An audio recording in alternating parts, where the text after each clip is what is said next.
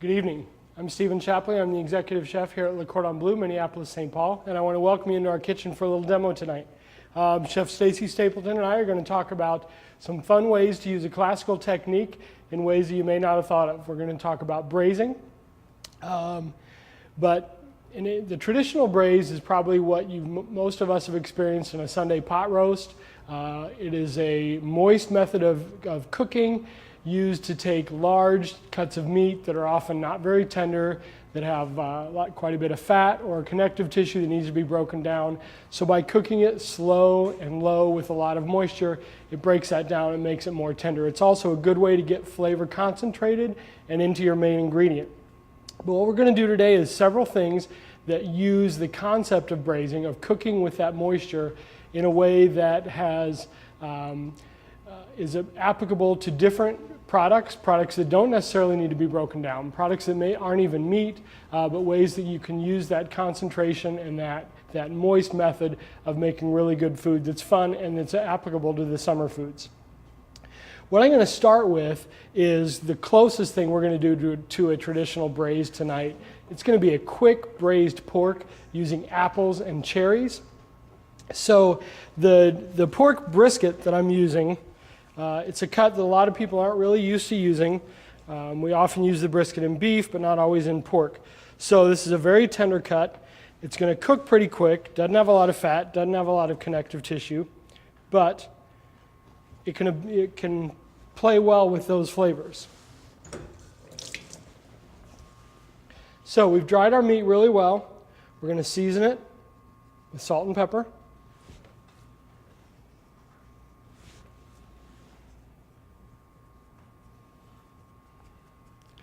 We're going to let that sit for a little bit. So when you're doing a braise, you've got your main ingredient. That's going to be pork in this instance. And then you use a liquid. Our liquid is going to be chicken stock and apple juice. And then we're going to add a garnish to flavor that liquid. And the things we're going to use tonight are parsnips and apples. So when you're cutting your garnish, you need to keep in mind how long you're going to be cooking.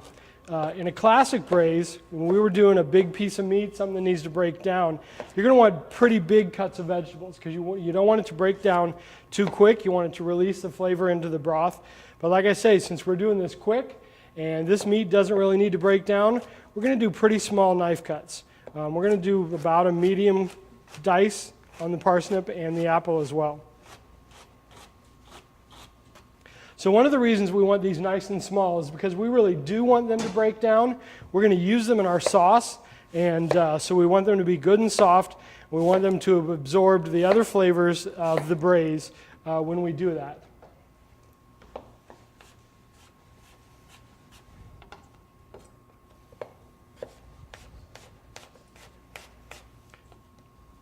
So I'm cutting these in about the same size as the parsnip.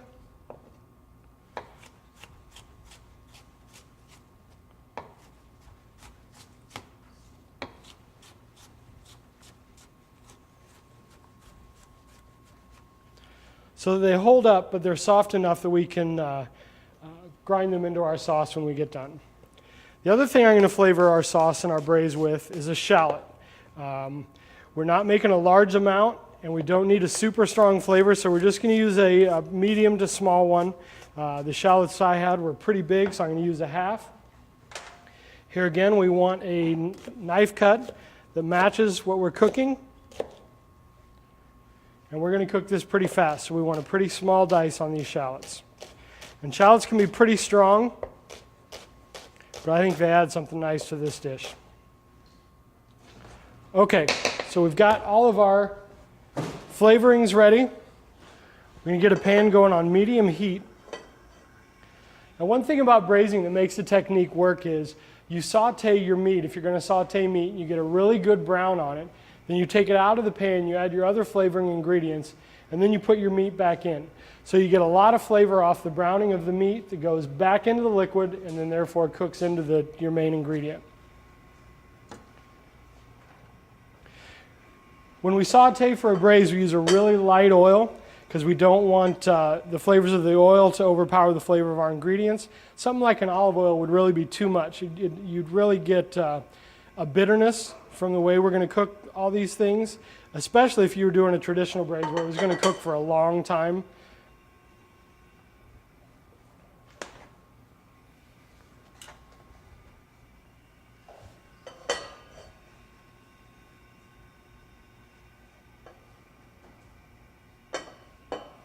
Okay, so our pan's good and hot.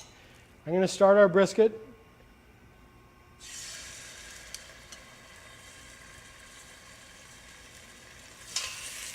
Now you want to use a pan that's big enough that you don't crowd the meat, but you don't want it too big that all these flavors aren't going to meld nicely together.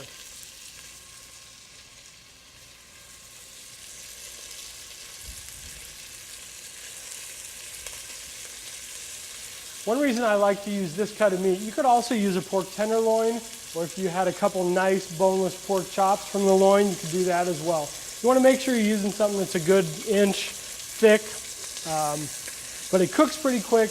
It takes up all the flavors and it concentrates the way a braise should, but it doesn't take all day. So it's good for entertaining, good for summertime because the pork is a nice light meat, and you're going to see the things that we use in this braise go for a nice sauce as well.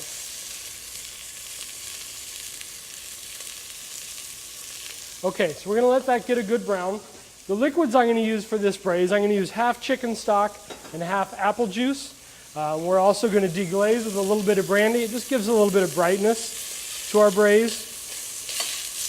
One thing that can happen with braises is there's so much stuff, and if you cook it too hot or for too long, it can get kind of a dull flavor. So you want to make sure and use bright flavors, and that everything you apply to it is going to keep it nice and bright. You're going to want to avoid garlic in most braises because here again, with the length of cooking, you're going to get a bitterness off of that garlic, and it's just going to be too strong. If you do want a garlic flavor maybe in your sauce, you can add it at the end. So when we're talking about a braise and what makes it different from other cooking methods, it uses moisture to apply the heat from below because the food's in it, and then the steam around it because we're going to cap it tightly. Braising is similar to stewing, but usually when you stew, you use a lot more liquid. The liquid is going to cover your main product and your ingredients, and it's usually eaten all together. Whereas with the braise, you only use the liquid up to about 2/3 up the side of your main product. And the liquid is often used as a sauce, but not always.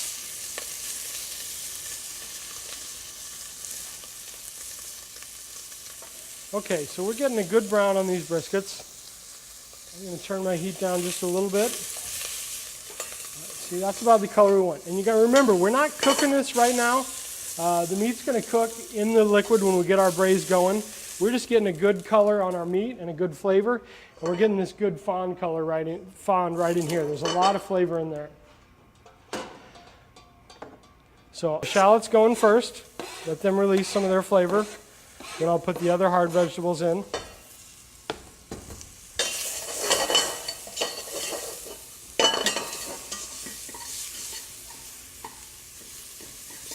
Does anybody have any questions out there? What are some of the things you've braised? Have you braised very often?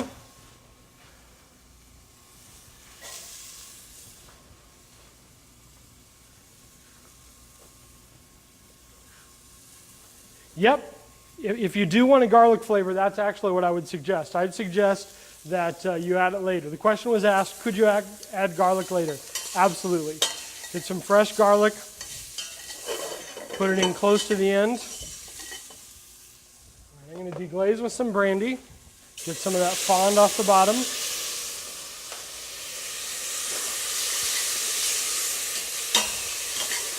Yeah, it's not necessarily the garlic flavor that you want to avoid, it's just that bitterness that your garlic can get on it.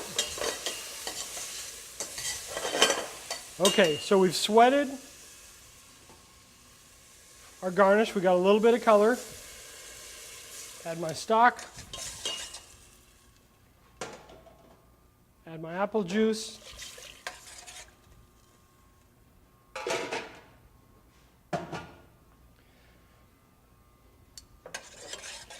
Now you can see it's not very deep. It's not going to cover those pieces of brisket when I put them in there.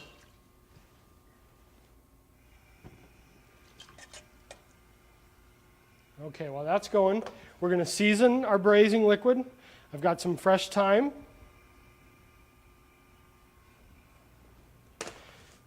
And always salt and pepper. Because remember, this is going to be our sauce when we get done. So we want it good and flavorful, nice and seasoned, good and balanced, not super sweet.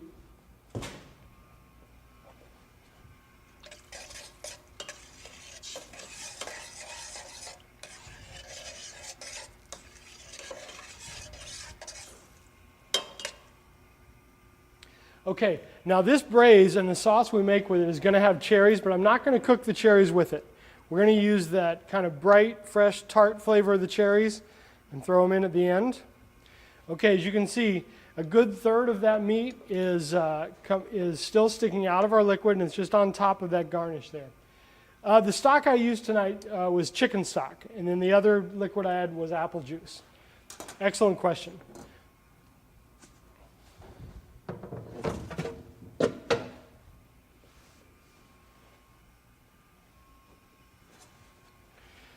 Okay, so now that our liquid's up to heat, so the question is, why use apple juice?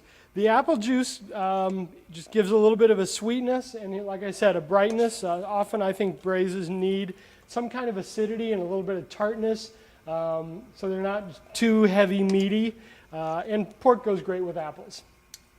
Plus that light apple juice is going to pair well with the cherry flavors when we add them later.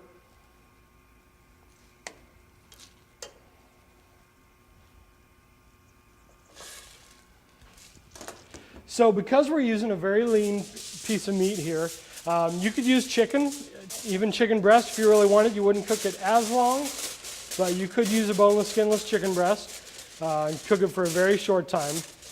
But like I said, this braise is nice because it really doesn't take a super long time. Some of the other things we're cooking tonight we've done with the magic of TV, and we've got one done ahead of time, but this is actually going to cook in real time. It's a pretty small piece of meat, and you don't have to cook the heck out of it for it to be tender. The question was asked, do you have to use brandy to deglaze? No, not necessarily. If you wanted to go with a different flavor, you could use a Calvados, you could use an Applejack. If you wanted to incorporate another flavor, you could use that. And if you don't like to use alcohol, you could just use some more chicken stock or apple juice. That's an excellent question. Okay, so I've put that in the oven. We're going to let that cook about 30 minutes at about 325 degrees. And then when it gets done, the pork's going to be ready to slice after it rests a little bit, and then we're going to make a sauce. So now I'm going to move on to a really fun dish that we're going to braise. We're going to braise watermelon.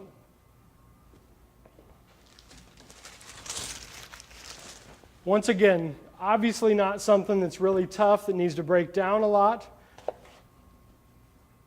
There's not a lot of connective tissue or anything like that.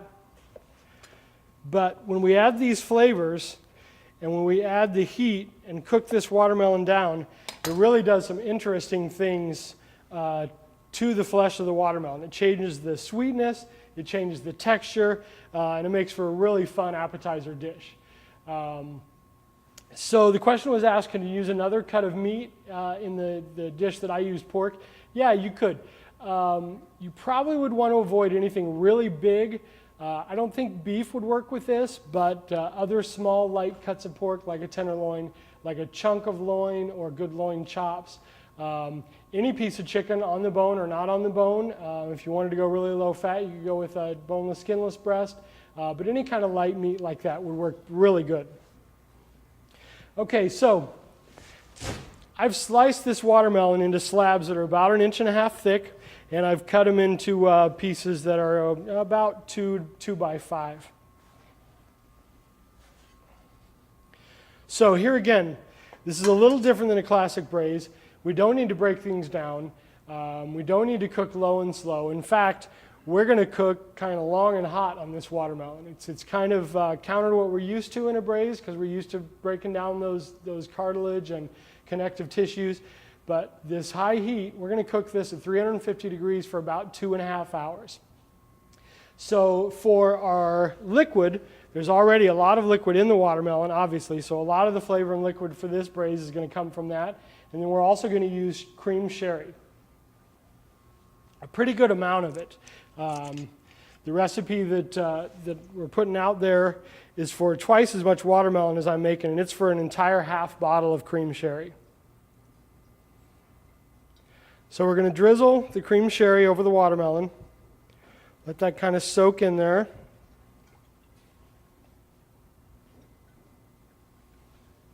We don't need as much liquid because, like I say, when it cooks, a lot of liquid is going to come out of the watermelon.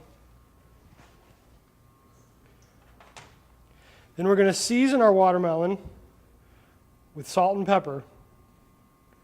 And don't hold back. I mean, we really want to season it. This is not a light little fruit dish when it comes out. You'll see what I'm talking about. This is a substantial, fairly savory dish after this watermelon cooks. Then I got a little bit of smoked paprika. That just adds a little bit of depth.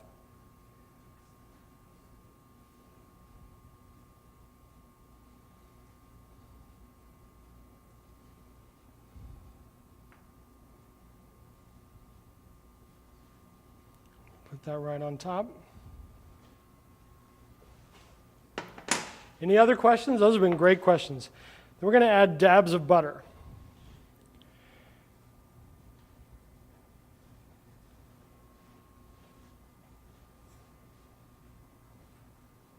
Now this one definitely isn't low fat because of the butter, but when you see what it does to the texture of the watermelon and when you taste it, you'll be amazed.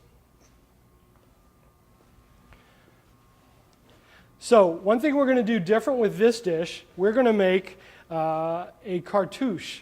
A cartouche is a piece of parchment paper that goes on top of something you're cooking that controls the amount of liquid that can escape and that stays in to cook the product you're cooking.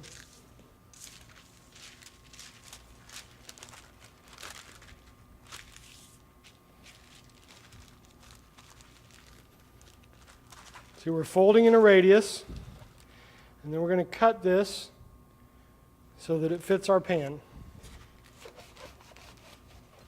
Got a little too big.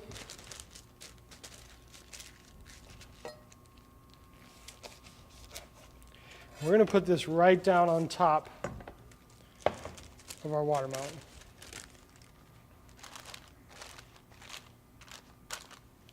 And then once again, we're going to cover with foil.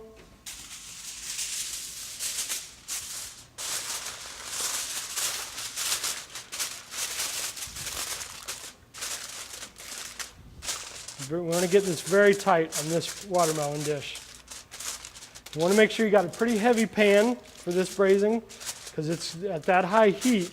It's really going to brown the bottom of our watermelon. We don't want it to burn. For the watermelon, yeah, you know what? You could use you could make a fruit stock if you don't like to use alcohol in your cooking. You could make a fruit stock or with a little bit of apple juice and maybe some citrus. And I think that would work. That could work really well. You're not going to get the same.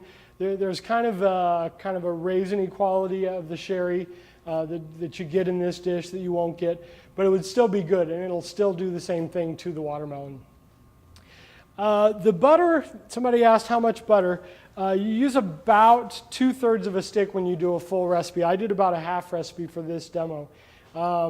Any more than that would really be too much, and you would it'd get a little bit greasy, so I wouldn't go much more than that.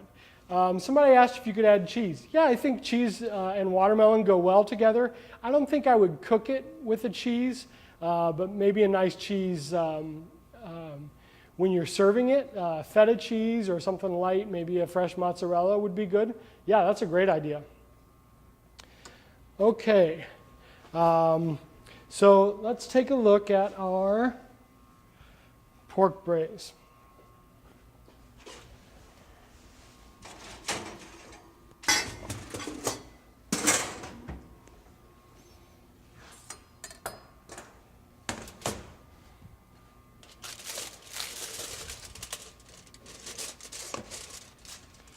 Okay, you can see the liquid is going down a little bit. The flavors are melding.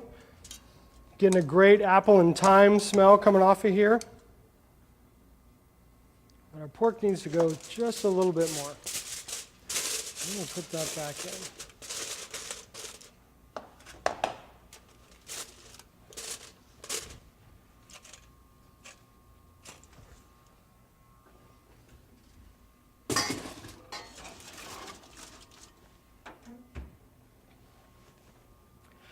Okay, want to talk about dessert? I'd love to, Chef. All right, Chef Stacy is the dessert queen, and I am not so great at desserts, but this is a good way to highlight another fruit that braises well.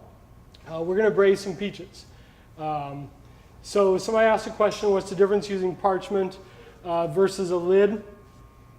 Getting that parchment right down on your meat keeps those flavors and the liquid that's coming off of the meat and off of that braise keeps it right on the meat. It kind of forces it into your main ingredient more than a lid would.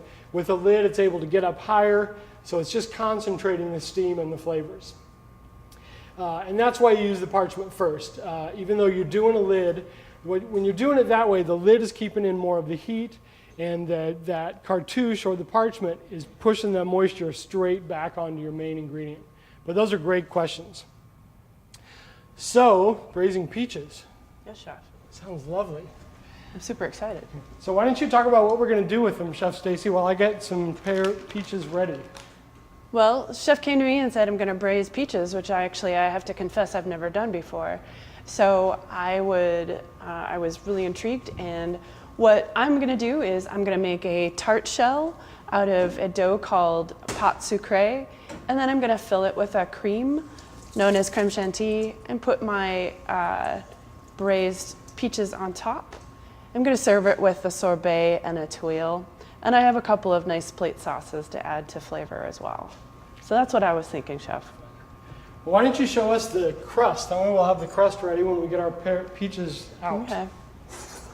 I'm going to roll out my pâte sucrée. I'm going to move your board over, Chef.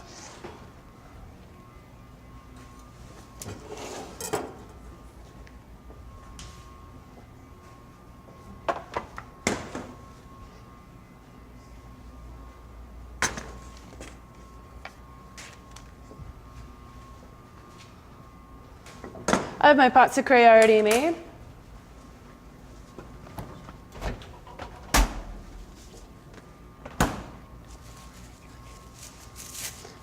Pâte sucrée is a typical sugar dough that you're going to find in a bake shop. It's what makes the fruit tart so tasty. Sometimes it's the fruit that's the best on top. Other times it's the crust that's the star of the show. So I have a small little bit. I'm going to flour my board here. How is this crust different than like a Pillsbury Botten crust that I normally buy at the store? That's a really good question, Chef. This dough is made with small amounts of egg yolk and cream, and it also uses all-purpose flour and butter and powdered sugar. So it makes it, known as a short dough, so it makes it really, really tender and bakes up nice and crisp. It holds up well to liquidy fruit fillings, like if you were going to do pastry cream, or it would even hold creme anglaise. So I'm going to move you over. So it's less flaky? It is less flaky. It's more durable. So here we are. Push my stuff back together here.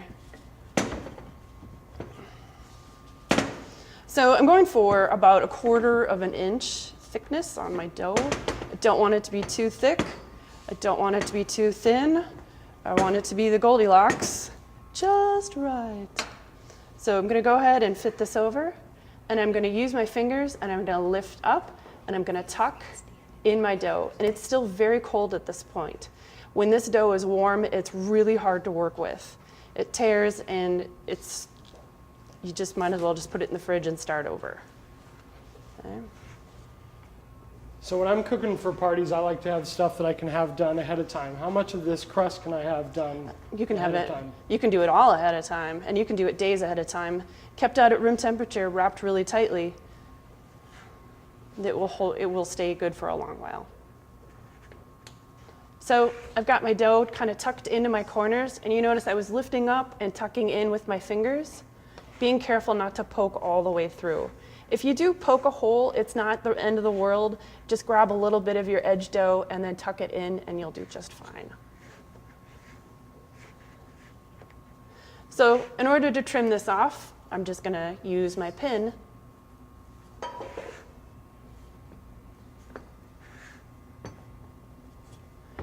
And then my dough comes off, and I have a really nice fluted edge. Very pretty.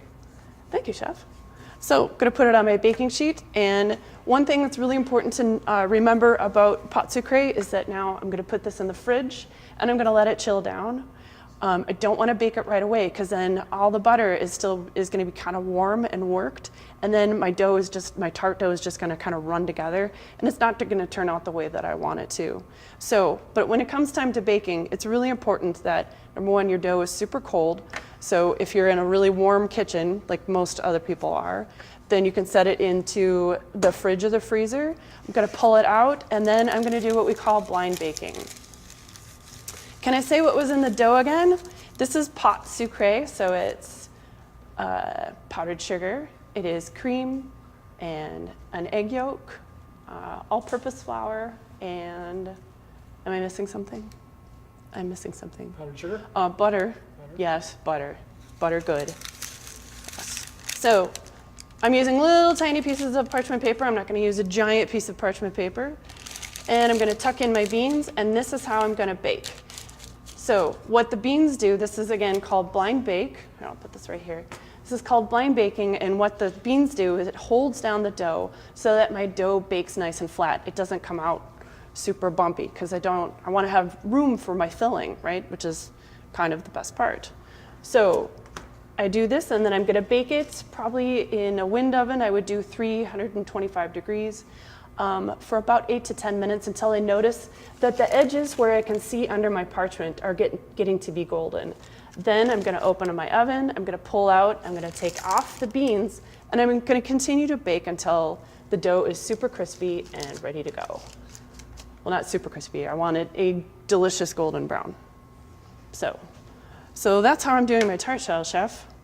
And any extra dough I have, I can just reuse it, put it back, and use it for my next adventure. It's not going to get too tough.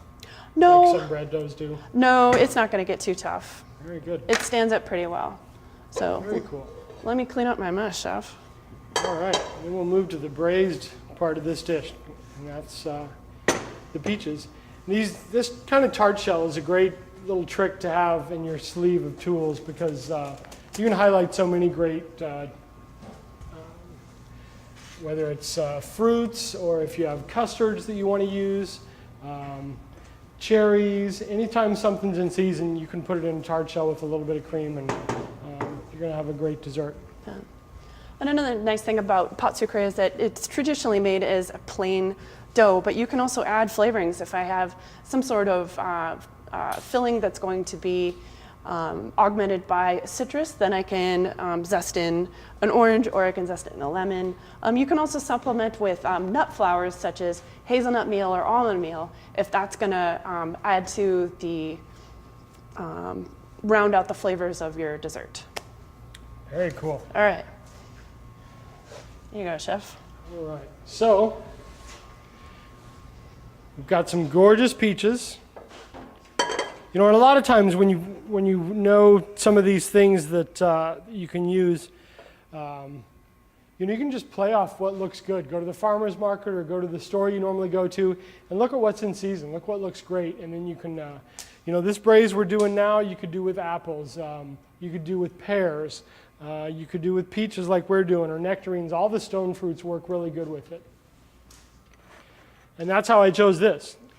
I had done it before with nectarines, and when I went to look at what looked good, these peaches looked awful good. All right, so here again, I'm going to use a super light oil because we don't want that to take over too much of the flavor.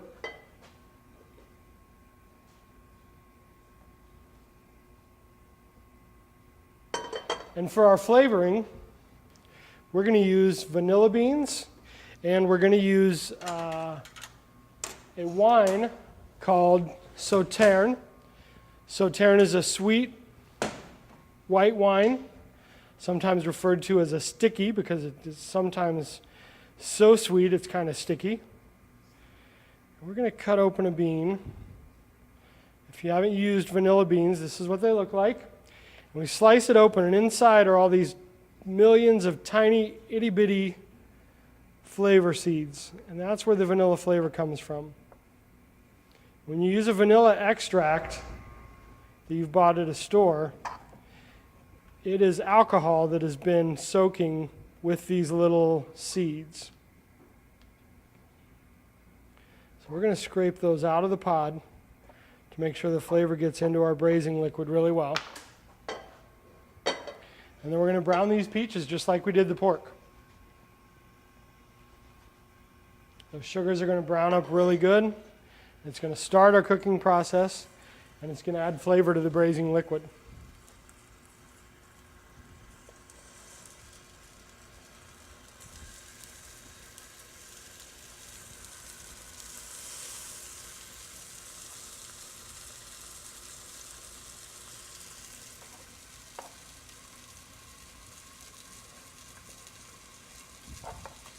Okay, I'm just going to throw the pod right in there.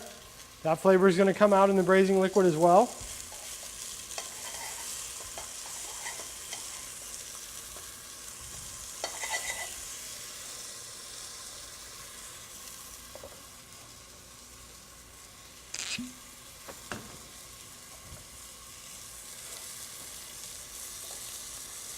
Okay, now that it's getting good and brown, I'm going to add our Sauterne.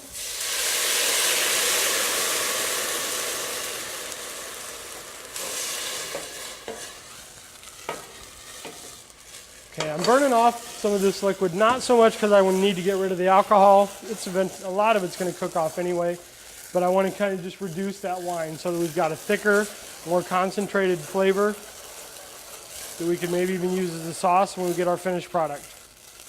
So you can smell already just from the pod all the vanilla flavor that's coming off in there.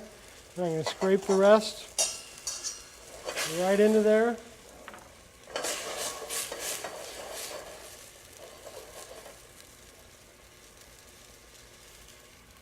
All right, here again, I'm just going to cook that wine down just a little bit.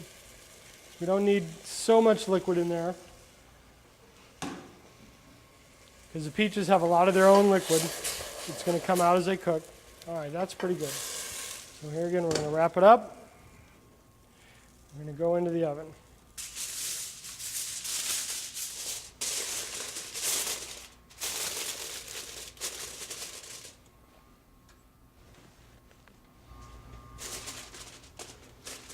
Get those edges tight.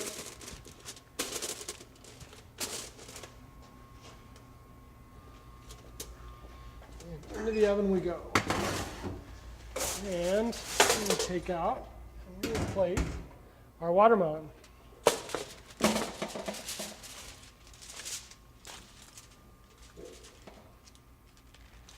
All right. So as you can see, that watermelon cooked down a lot. It is probably 1/3 of the thickness it was.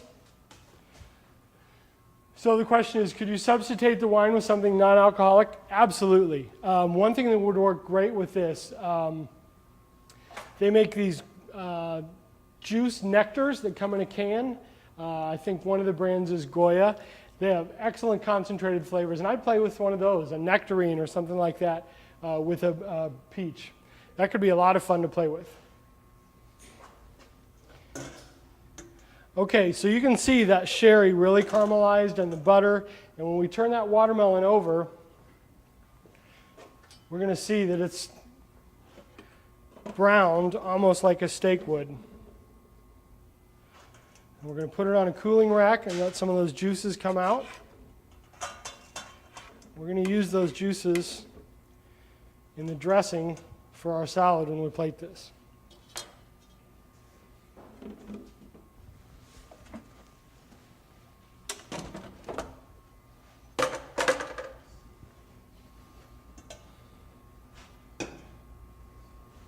Okay, so we're going to do this watermelon with a little arugula salad with the dressing that's made from the pan drippings that came out of our watermelon and a little bit of cherry vinegar.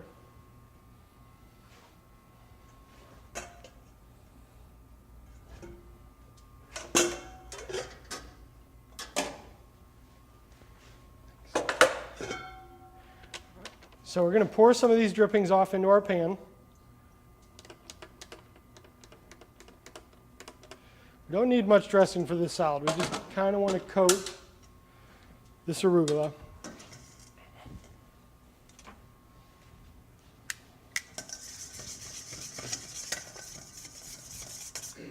So we're going to season with salt and pepper.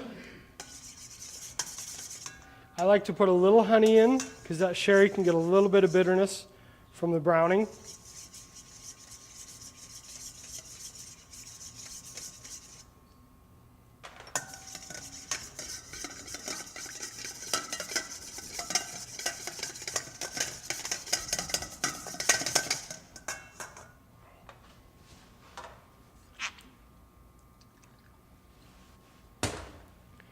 Then just a little bit of sherry vinegar. Sherry vinegar is on the sweet side of vinegars, not as sweet as a balsamic, a little bit lighter. So it works really good with this salad.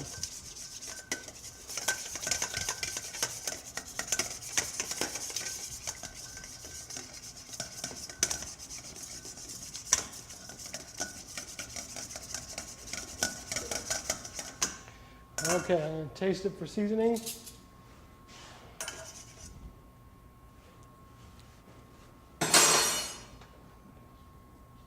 A little more salt and pepper, tad more vinegar.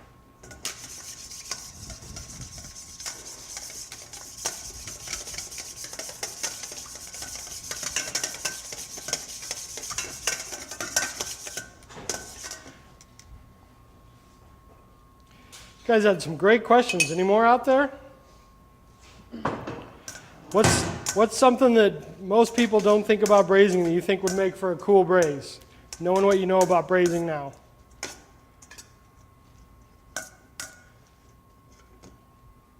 Okay, I've got a couple super thin slices of red onion. I'm going to add to this salad and toss with it in the vinaigrette.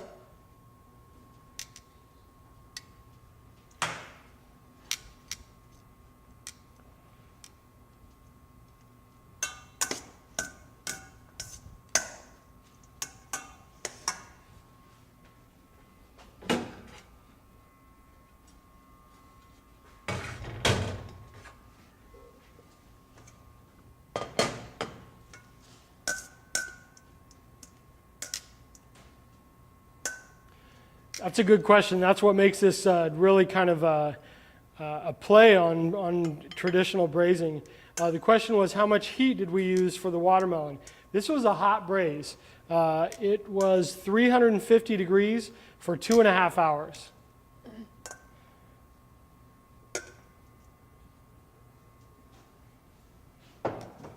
So not at all the classic low and slow braise.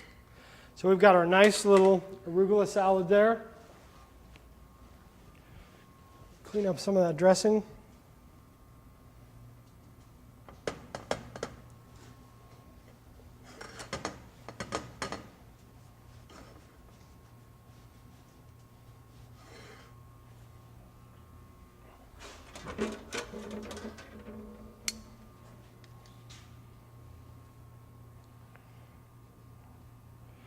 Some of our braised watermelon. I'm just going to get a little more of that juice to put on our plate.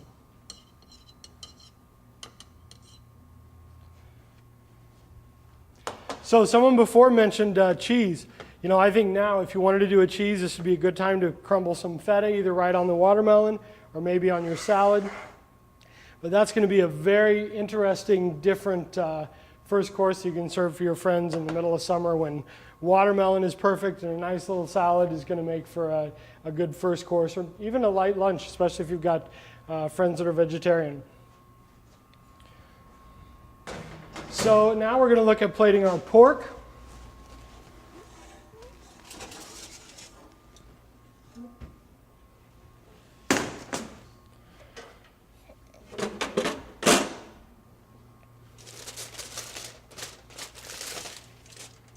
Okay, yep, this looks very good. So we're going to take our meat out, and we're going to let it rest a little bit.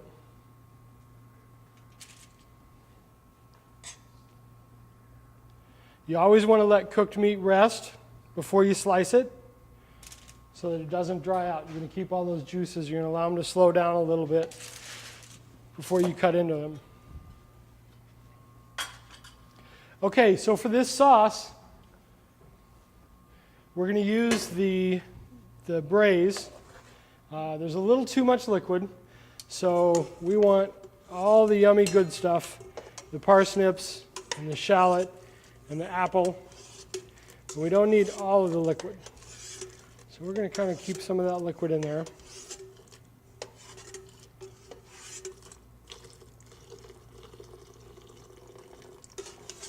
Okay.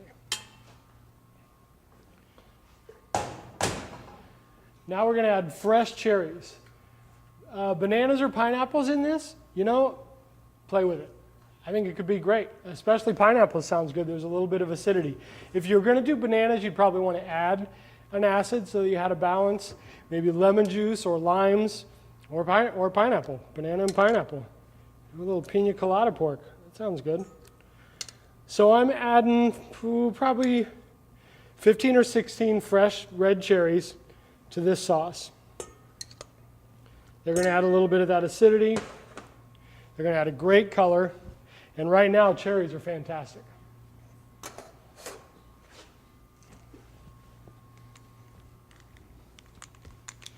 So we're just going to puree all of this stuff. And I think a stick blender is perfect for this kind of thing.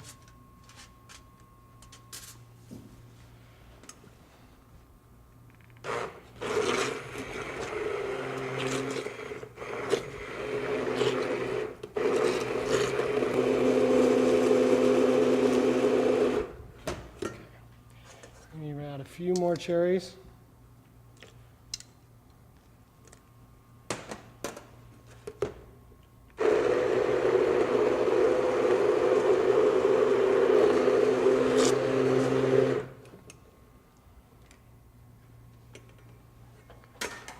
All right.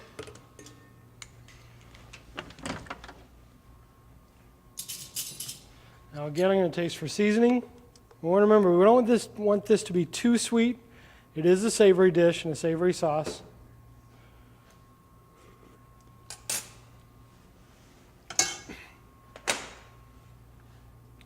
Definitely need salt and pepper.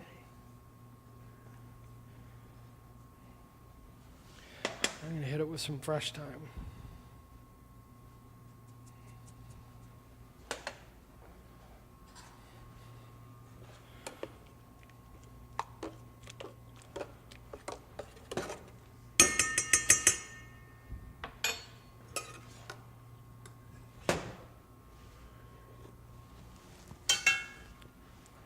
There we go. Okay.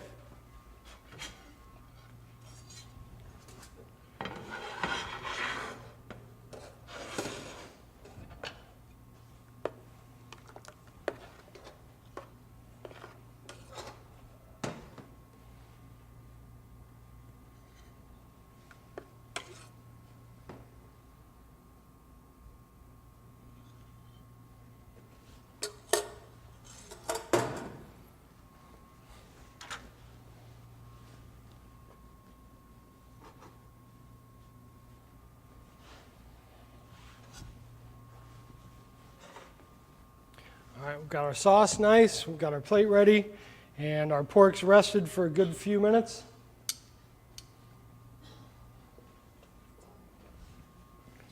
So like I say, this is a brisket flat, so you can see the grain is running this way in this pork. So we're going to want to cut against that grain in this direction. The watermelon, the question was asked, would the watermelon hold its texture if it was poached? It probably wouldn't. I've done it this way several times, and it's pretty fragile. It sometimes even just picking it up, it can lose its shape and kind of fall apart. So I think poaching would be a little too aggressive for it.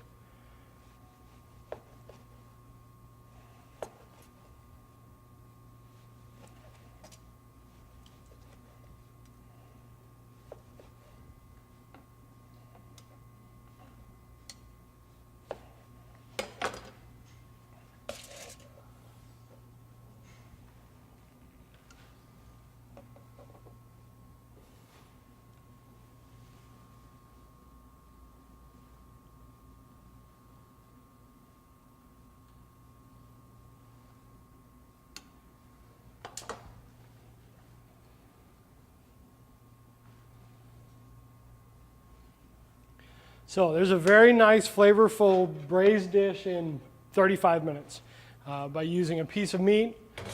It doesn't have to break down, it's tender, it's small enough you can get the concentrated flavors in from your braise. And so it does everything a braise is supposed to do, but it takes less time. So, are we ready to plate some peaches? Yes, chef.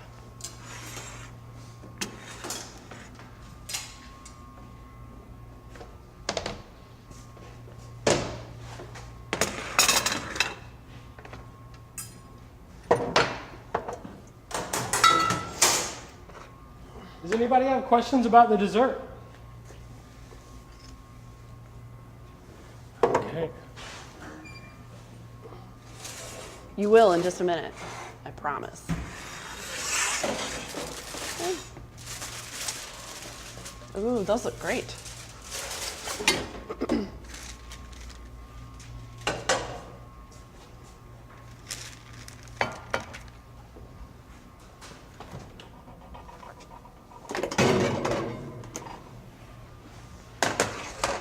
So again, we've got our liquid here that's got vanilla and the Sauterne wine.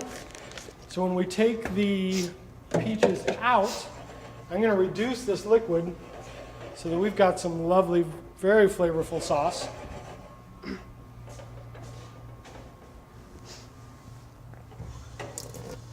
want to put these on the cutting board, Chef, or we're not ready for them yet? I'm almost, yes, go ahead, please. Thank you. All right, so here I have my pâte sucrée, my tart shell, that has already been baked and is ready to go. You can tell what color we're going for, kind of a deep golden brown. And I've also made, pardon me, I've also made two different tuiles. And tuile is it is a cookie, and so they're light and crisp and crunchy. A good example of what a tuile could be is, even though a little on the heavy side, is a fortune cookie. Fortune cookie is just like a tuile. So what I'm going to do is I have a piece of parchment, and in order for plating, I want to plate up my raspberry sauce that I've made. So I'm going to go ahead and make a parchment cone so I can plate with precision.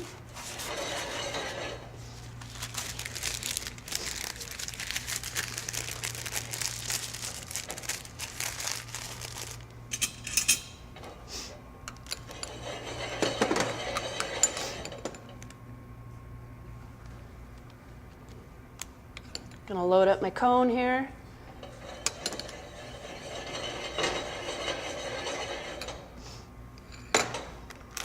Whenever you're working with coronets, you always want to fold the seam away from you. If you don't, then sometimes it can burst open, and then you're covered with what you've got in your coronet. All right, that's look like it's ready to go. Chef, someone is curious how much of the pâte sucrée dough you can make ahead of time. You know, it has a pretty long shelf life. I'd say. Could you freeze it? You could freeze it. I would say that you could probably do, you know, many bake shops will do up to a week's worth at a time. So, all right. And how much would you need for a standard, say, 8-inch, 9-inch pie or tart dish that most folks would have at home? I'd say probably between 12 and 14 ounces, because you want to make sure you have a thick enough crust so that it's going to hold all of your delicious fillings. So I'm going to grab my knife for a second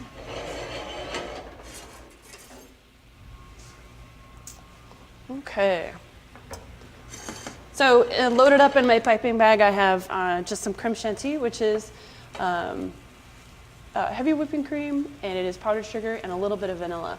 And the hallmark of creme chantilly, it is lightly sweet. So in order to get going here, I'm going to start with my blueberry sauce. It's just pureed, cooked down blueberries. Put a little bit on my plate here.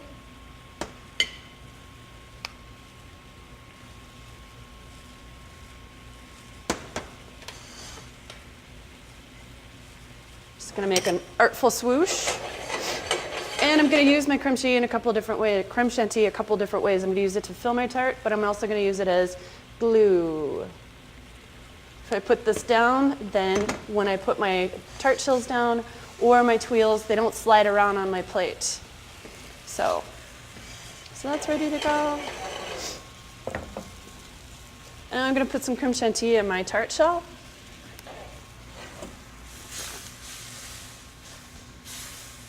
And this has been whipped to about a medium peak, not quite stiff peak.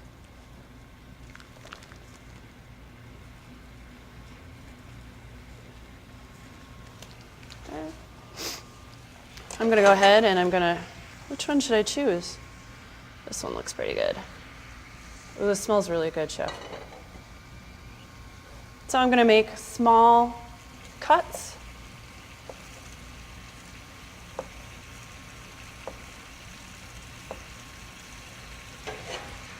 And then I'm going to take my peaches, kind of fan them out. I'm going to use my small palette knife and place it on the dessert. All right, kind of fan it out. Man, want to make it look as beautiful as possible. Okay. Oh, Chef, I have sorbet in the freezer. Ooh. All right. One moment, please. I'll get it. Oh, will you? Yeah. Thank you so much. Tuile. All right. So I'm going to put my tuile right about here. And again, glue. Going to use my glue here.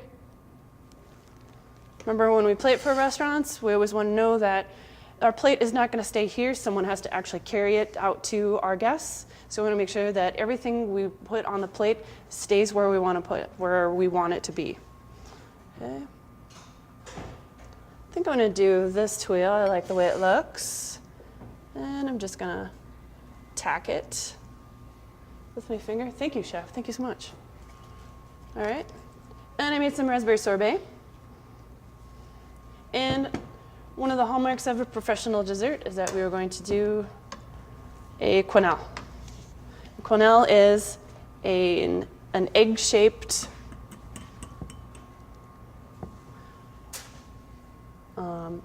ice cream or sorbet.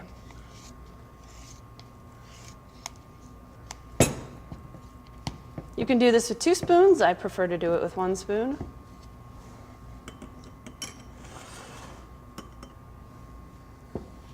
I just use the side of my container and kind of pull it towards me. I want it to be nice and smooth and perfectly egg-shaped. All right. Chef, I think I need some warmer water here.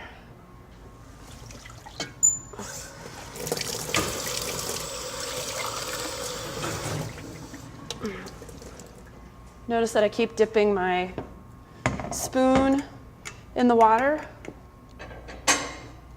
Mix it so I can make a nice smooth shape.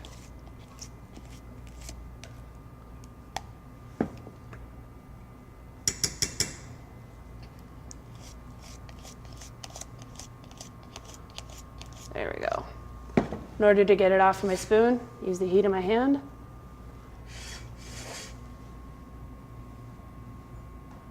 Pull it off, and sorbet goes on. My final addition is just a few dots of the raspberry sauce for art.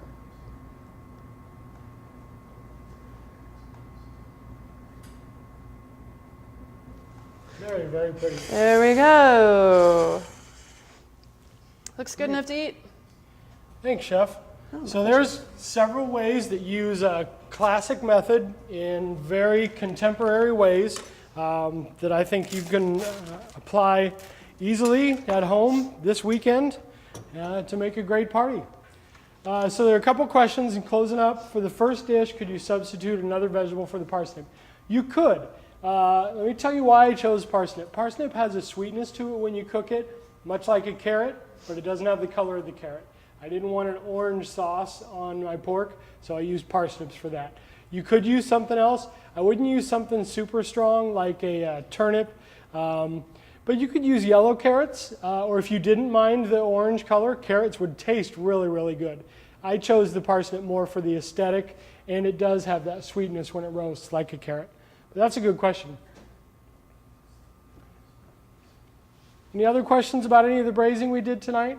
Again, once you keep in mind how a braise works, that it's the liquid, that it's the things you add to the liquid like the garnish, and it concentrates those flavors, and it puts those flavors into your main dish, whether your main dish is a meat or a vegetable or a fruit. And like I say, it doesn't have to be the old-fashioned big, tough pieces of meat. You can really braise almost anything. Someone is curious if you could add chimichurri to, I'm guessing that's the pork dish? Yes, you could. That'd be great. You know, and I think that's one of the great things about knowing a little about how these techniques work, is you can play with them. You can find an ingredient and you might think that might be great to braise, or this might be great addition to a braising liquid for something that I've already cooked before. So, someone asked a little bit about Chef Stacy and I's experience. Before I came to the school, I had a pretty varied experience. I was a corporate chef for a company that opened brew pubs in the Kansas City area for a long time. So we chose foods that were fun and that paired with beers and that were good for sharing. Pub food, craft pub food. And then I worked for a resort and spa hotel where we catered to people that were there for spa weekends. So they wanted healthier food, food that they could, that wasn't going to weigh them down while they were doing their spa activities. I'll let Chef Stacy talk about some of the fun places she's been. I have a lot of experience in working with in restaurants, cafes, bake shops, hotels. So the last places I worked, I was a pastry cook, and it was very high volume, which is its own challenge. So in the time before that, I worked as a pastry chef manager. I had a staff and also managed some of the front of house stuff as well. It was really is focused on Korean cuisine, which was really interesting. Never had much experience with that, and I learned a lot in a short amount of time. Yeah. So Chef Stacy has been here for a couple of years, and she's really becoming a great teacher. I've been with the school for almost 11 years, and I love teaching. We have a fantastic bunch of students, and it's a joy every day to work with them.